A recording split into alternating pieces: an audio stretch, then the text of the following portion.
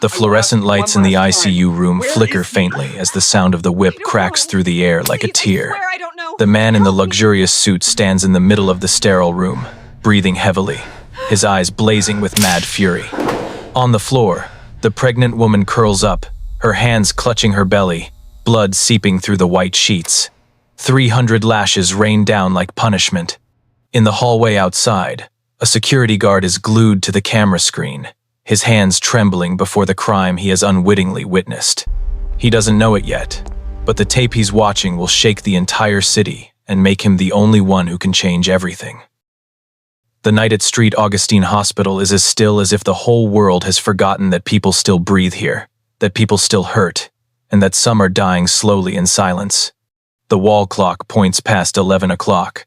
The pale blue fluorescent light spills onto the cold stone floor, where every footstep echoes like a confession. On the 8th floor, in the intensive care unit reserved for the elite, the hallway is so clean that the scent of disinfectant seems sharp enough to cut the skin. In room 803, the crime begins. Edward Kane, the millionaire investor who once graced the cover of Forbes with the smile of the untouchable, stands in the middle of the hospital room. His white shirt collar is flung open, his eyes wild with rage. Each breath he takes is ragged, like an engine sputtering. At his feet, Isabella, his wife, 7 months pregnant, doubles over, clutching her belly tightly.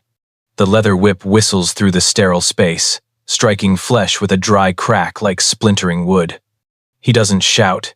He just breathes hard, steadily, as if carrying out a sentence. Each lash is a pulse of rising anger, a delirium of power that blinds him. On the white bedsheet, red streaks spread, mingling with the dim blue light. At the end of the hallway, in the security room, Joe, the ordinary night shift guard, is sitting before a row of black and white monitors. His cup of coffee is cold, his eyes drooping from fatigue. He was about to turn off a faulty camera in the ICU area, but an unexpected image jumps up room 803. He sees the shadow of a man swinging his arm, sees something glint under the light. Then he sees the woman fall. He thinks he's seeing wrong, but the sound crackling through the microphone chokes him. The 5th lash, then the 10th, then the 30th. Joe counts unconsciously. He wants to call the on-duty supervisor, but the patient's name makes him hesitate. Kane, Isabella. He's heard that name all week. The wife of tycoon Edward Kane, the hospital's main benefactor. He knows if he calls, no one will believe him. They might even fire him on the spot. He watches the screen in silence, cold sweat trickling down his spine. The woman still lies there, her slender frame huddled, her belly rising and falling faintly. The heart monitor flickers. He keeps lashing. Each whip mark etches into skin like a rip in the air. He hears the ragged breaths, then a soft sob breaking from a strangled throat. Then suddenly, Isabella looks up. For a split second, her face comes clear before the lens, wide eyes, wet and clear, staring straight at the camera like a plea for help. Joe recoils, feeling as if he's the one seen. His breath catches. He reaches for the phone, but his fingers won't dial. The 200th lash falls. Her body no longer reacts. Edward stops, panting. He tosses the whip to the floor, slumps into the chair, his eyes empty. Joe stares at the screen, unable to believe how calm he seems. He sees him lean down, check her breathing, then press the call button for the doctor. In minutes, nurses rush in, panicked. He stands still, calmly says a few words, hands in his pockets, as if nothing happened. Joe pulls the backup memory card from the recorder, his hand shaking. He knows that tape is the only evidence, but he also knows it could destroy his life. In the quiet hospital hallway, rain begins to patter against the window, mingling with the distant wail of a siren. He sits motionless, hearing his own heart pound, and looks back at the woman's final image on the screen, eyes wide open, like a reminder that if he stays silent, she'll die again. He slips the memory card into his jacket pocket, stands up. That night, the hospital still glows, but in his heart, the light has gone out. And before we continue with the main story, don't forget to subscribe to the channel and like the video, okay? And don't forget to comment below where you're watching us from. We're thrilled to know that. 2. Dawn comes slow over Los Angeles, but at St. Augustine Hospital, The first light of day only makes everything paler.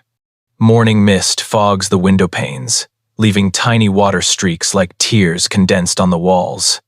Room 803 is sealed in silence. Inside, Isabella lies motionless, her body wrapped almost entirely in bandages, only her pale lips occasionally quivering as faint breaths escape. Downstairs, Joe sits alone in the cramped security room. The light from the monitors flickers across his face, etching lines of exhaustion. He hasn't slept all night. The tape still sits in his jacket pocket, like a weight that chokes his breath. He's watched it over and over, each time feeling his heart squeeze tighter. Each crack of the whip, each small groan, echoes like an accusation in his head. He thinks of handing it to the police, but then recalls the hospital director's face, the man who once arm in arm with Edward Kane at the new ICU ribbon cutting. He knows how this world works. A check can make any tape disappear, and a night shift guard can be fired before he utters a word. As the light slants through the glass, a black convoy pulls up to the hospital gates. The first man to step out is Robert Hale, Isabella's father, chairman of Hale Industries, a name that makes the press tremble. His gray suit is slightly rumpled at the shoulders, his eyes shadowed from sleeplessness, but his steps are firm. He strides quickly through the hallways. No one dares stop him. Everyone he passes bows their head in silence. When Robert enters the room, the disinfectant smell stuns him. His daughter's body lies still under the white bandages, her belly still swollen. He says nothing. He just stands there, looking, in an endless moment. His trembling hand lightly touches her wrist, feeling the faint pulse. That sensation alone tightens his chest. On the chair by the bed, a young nurse is charting notes. She looks up, about to speak, but Robert's eyes silence her. He asks nothing, just sits down, his hands still holding his daughter's. No tears, just an emptiness as cold as steel. In the security room, Joe sees that image through the hallway camera, the father bowed by the bedside, his shadow stretching long across the floor. Something in that gaze makes Joe unable to sit still any longer. He jumps up, opens the drawer, pulls out the memory card. He knows if anyone has the power to make the truth seen, it's that man. He hurries, blending among the nurses and doctors starting the morning shift. Near the VIP area, 2 guards stop him. His shirt is sweat-soaked, his voice shaking as he says he has something important for Mr. Hale. They glance at each other, then one steps inside. Minutes later, Robert appears at the door. His eyes fix on Joe, sharp and still, making Joe unable to lift his head. He just hands over the memory card, says nothing. Robert takes it, his gaze flickering with suspicion, then turning to cold attention. "Footage from room 803. Last night," Joe whispers. "You should watch it, sir." Without waiting for a response, Joe turns away, striding down the hallway, heart pounding wildly. Robert stands still, staring at the small object in his hand. Outside, the first sunlight pierces the glass, casting a cold gleam on his face. He knows something in here will change everything. And when he plugs the memory card into his laptop minutes later, he understands that from this moment, silence is no longer an option. Outside the room, the heart monitor beeps steadily. Each beep counts down to the moment justice awakens. All right, dear viewers, if you're watching and finding this story gripping, comment number 1 or "I'm still here to keep listening," okay? In the small office next to the ICU, Robert sits alone, back straight, eyes glued to the computer screen. The footage trembles slightly from static, colors cold and blurry, but clear enough to see it all. A white room, glaring lights, and a man swinging a whip. Each lash is an explosion in his chest. He tries to stay calm, but his hands clench into fists. At one point, he thinks he's hearing wrong, that the woman can't be his daughter. But then she lifts her head, her face drenched in sweat and blood, her eyes toward the camera. One moment enough for him to understand. His daughter cried for help, and no one answered. Robert says nothing when the tape ends. He just sits still, breathing slow, then turns off the screen. In the room's silence, rain begins to fall on the hospital's glass roof. The steady sound like a weary heartbeat. He stands, deliberate, as if every movement must be controlled to avoid shattering. Downstairs, Edward Kane steps out of the elevator. His coat still smells of expensive cologne, his face undisturbed. He's just left a brief press conference, telling the media his wife fell due to loss of balance, that he's deeply heartbroken by the accident. His voice is smooth, perfect, rehearsed like every other lie in his life. Robert meets him in the hallway. The two men stop face to face. The light reflecting off the floor makes them look like shadows of the same guilt, one carrying pain, the other deceit. Edward smiles faintly. "Mr. Hale, I'm so sorry about Isabella. Robert doesn't respond. His gaze stops Edward cold. No shout, no violent gesture, just a thick silence heavier than any accusation. After seconds, Robert steps past, leaving him standing there. When he returns to the room, he sits by his daughter. Her face is ashen, her breath thin as smoke. He gently brushes her hair back, the softness heartbreaking. A doctor enters, bows his head, voice low. "We're doing everything we can, but she's very weak." Robert nods faintly. No words. In his mind, the tape's images loop, each frame carving into memory like a dull knife. That night, he doesn't go home. He sits in the monitoring room with Joe. The space hums with electronics and smells of stale coffee. Joe looks at him anxiously, whispers, "What will you do with it?" Robert doesn't answer right away. He just stares at the blank screen, reflecting his face gaunt and tired but hardened like steel. "Do you have a copy?" he asks. Joe nods, quietly opens the drawer, pulls out another memory card. "I made one. Security doesn't know." Robert nods. "Keep it. Don't give it to anyone but me." When Joe leaves, Robert stands, steps onto the narrow balcony. The city outside still glows, but inside him is thick darkness. He recalls every detail of the tape, how Edward gripped the whip, the indifference on his face, the moment Isabella collapsed. Each image becomes a vow in his mind that no money, no power can cover that sin. Cold wind whips in, tousling his hair. Robert closes his eyes, hears distant sirens. All his life, he's believed justice is bought with influence, lawyers, reputation. But tonight, in the hospital's dim light, he knows true justice begins when a father has nothing left to lose. He turns back to the glass. Isabella still lies there, amid tubes and hazy light. He silently vows, "You won't be silenced again." Then he pulls out his phone, dials a familiar number. The voice on the other end rasps with surprise. Robert says one sentence, low and cold as a blade. "I need a legal team, and I want to start tonight." Dear viewers, pause for a moment to hit subscribe before we dive back into the story, but only if you truly empathize with what I'm sharing here. And leave a comment below telling me where you're watching from and what time it is now. It's fascinating to see everyone from all over joining us. 4.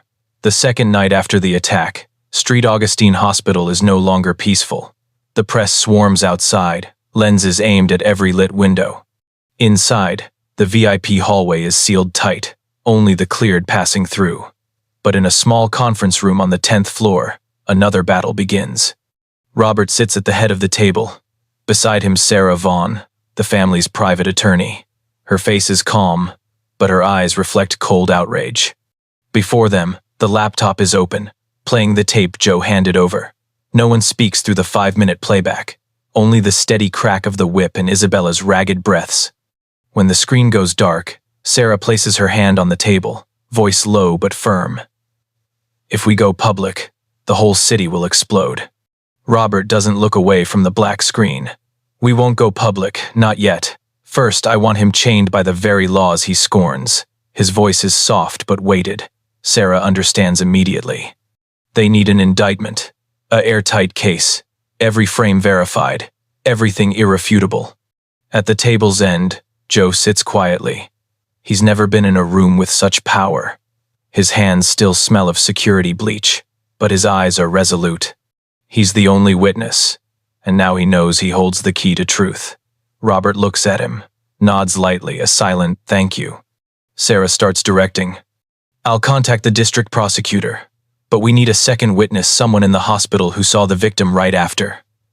Robert is silent a moment, then replies, "I'll find them." Outside in the hallway, rain patters on the glass. Streetlights cast into the long corridor, streaking like old blood. Robert walks slowly, his shoes echoing. He stops before room 803, peers through the glass. Isabella sleeps. The heart monitor beeps steadily, faint blue light reflecting on her face. She looks peaceful, but inside him, anger smolders like embers.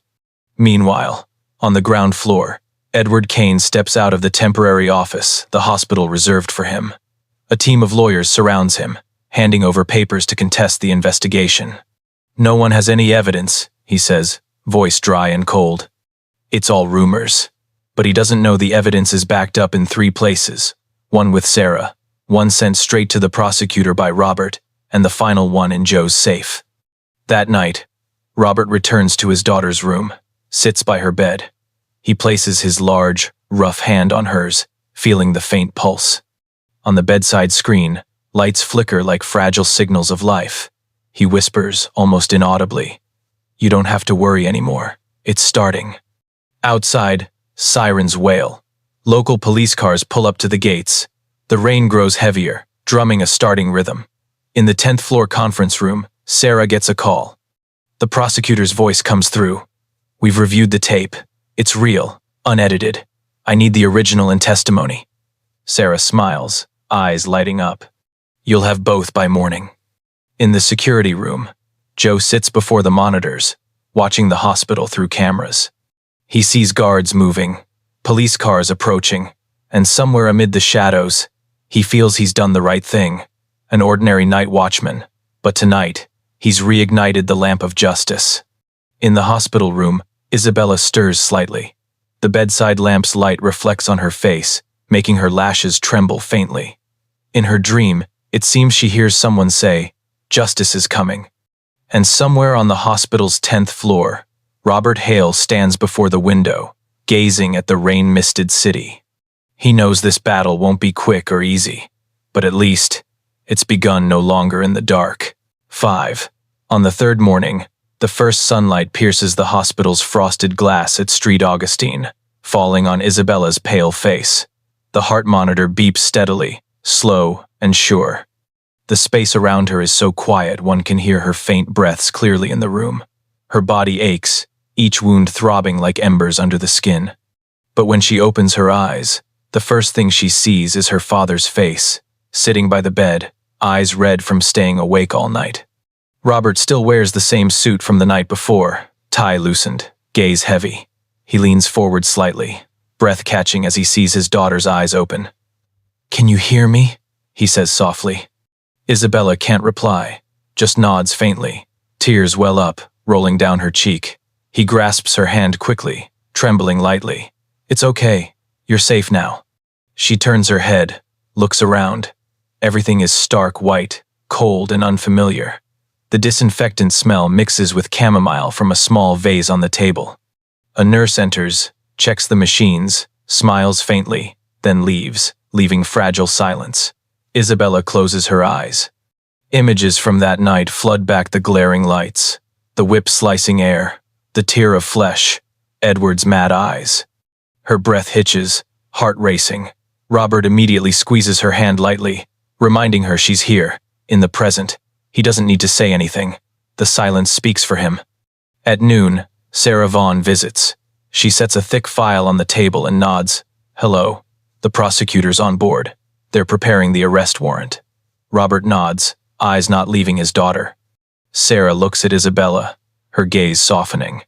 "No one deserves what you've been through," she says softly. "But now, we have evidence, witnesses, and justice is on its way. Are you still here, dear viewer? Pause to relax a bit, maybe grab a glass of water, then keep listening to the gripping content, okay? Comment number 1 if you find this story interesting. Don't forget to hit subscribe to the channel." Isabella says nothing. She just looks out the window, where pale light filters through the curtain. In her mind, part of her still fears. Fears Edward appearing, fears heavy footsteps in the hallway, fears his smooth voice whispering in her ear. But beneath that fear, something else grows fragile but steadfast. The belief that this time, she won't be the silent one. By evening, the hospital sinks into soft blue light. Joe still sits in the security room, staring at the screens. He sees Isabella lying there, Robert always by her side, police patrolling the VIP area.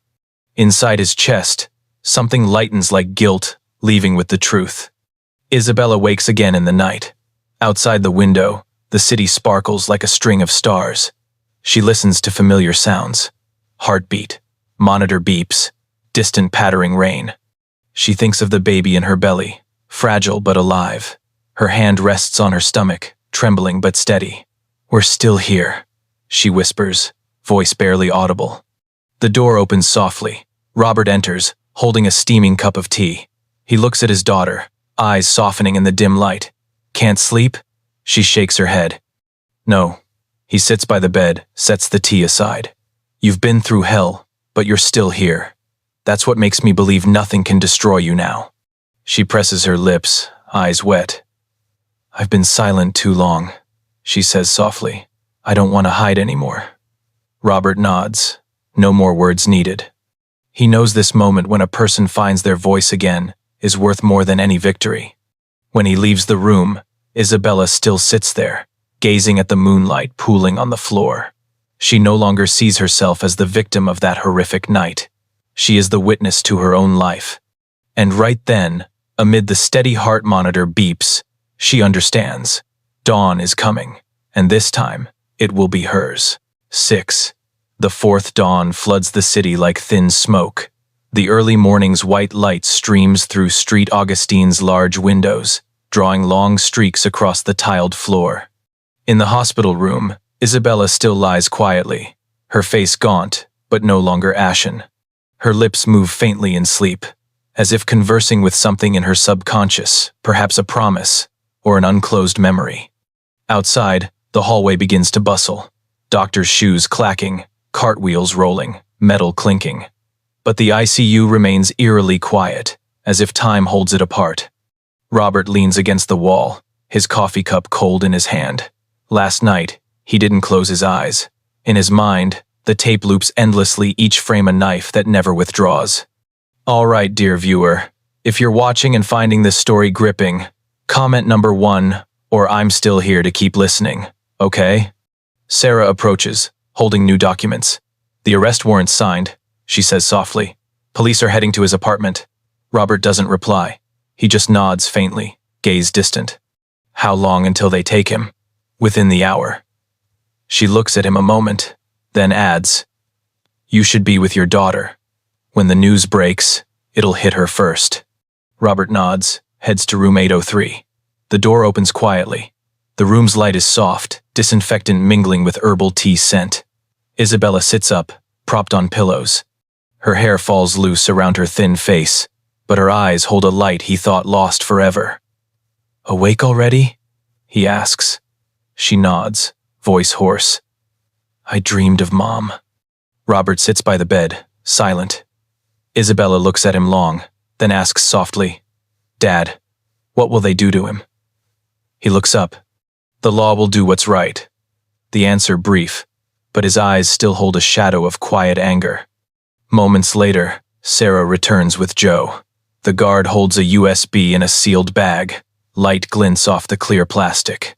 "The original," Joe says quietly, voice catching. "I gave the copy to police. They verified it's authentic." Isabella looks at him, lips trembling. "Thank you," she says. Just 3 words that make Joe bow his head, silent. He turns away quickly, leaving her with gratitude laced in pain.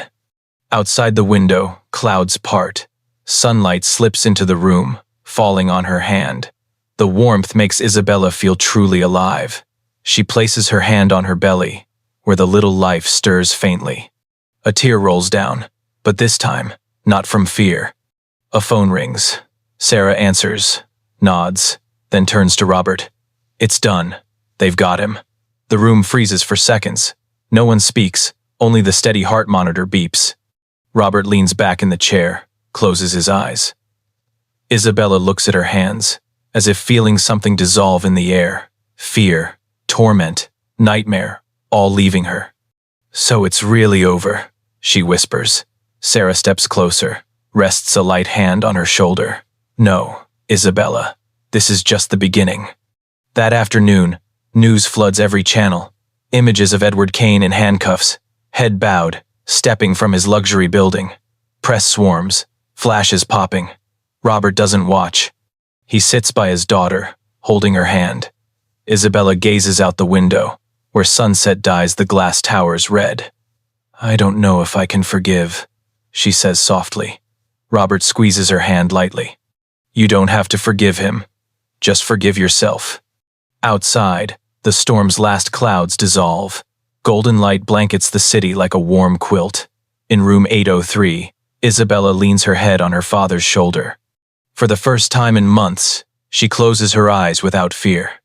And in that moment, as the sun sets behind distant rooftops, she knows the nightmare has receded to the past, leaving a woman learning to begin again, from her own wounds. 7. The next morning, New York's sky is unusually clear.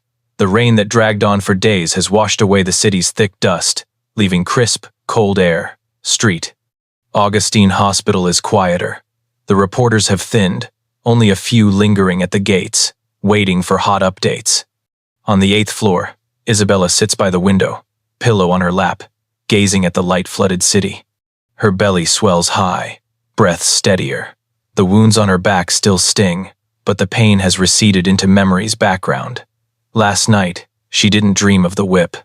Instead, she dreamed of the sea, a long sandy shore, sparkling light, and the unborn child's hand grasping her finger. When she woke, she understood. Her body isn't healed yet, but her soul has begun to scar over.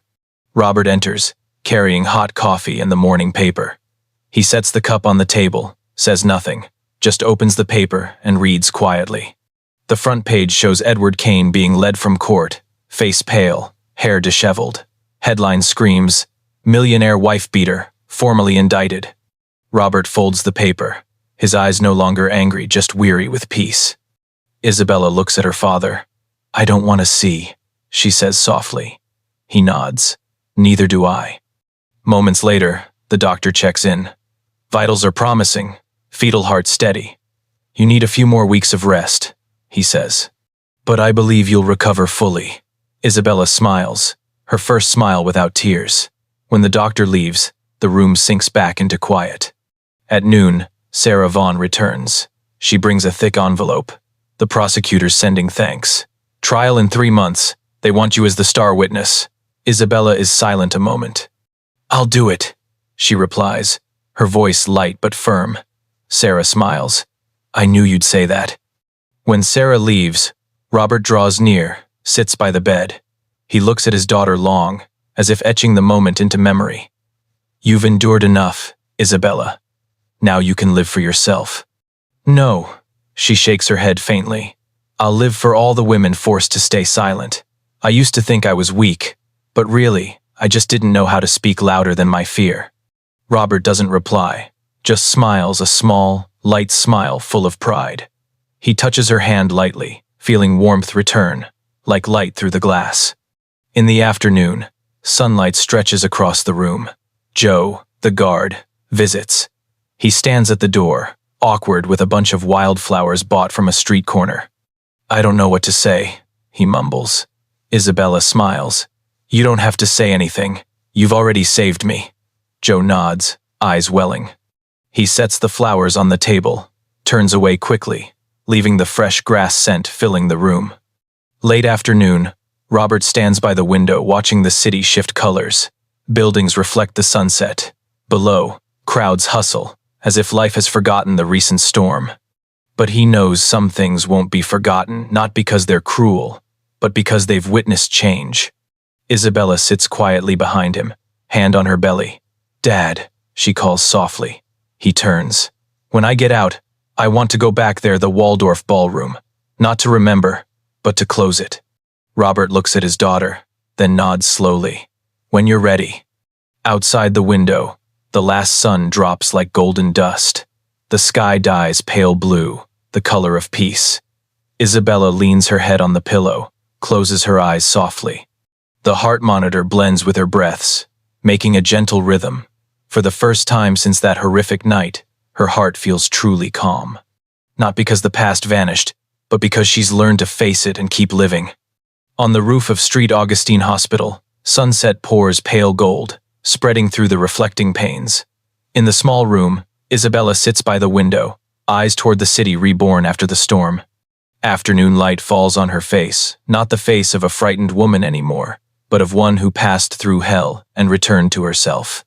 Robert enters, says nothing, just places a small card on the table. Tomorrow, you'll be discharged. Isabella smiles faintly. Outside, church bells toll, ringing long like a farewell to the past. She looks at her hands, the bruises nearly gone. They'll leave scars, but no longer marks of sin of survival. As she places her hand on her belly, the baby kicks faintly a new life's beat. "We've made it through," she whispers. And somewhere, in the warm, dim light, New York seems to exhale in relief, because justice wasn't just served, but reborn in a mother's heart.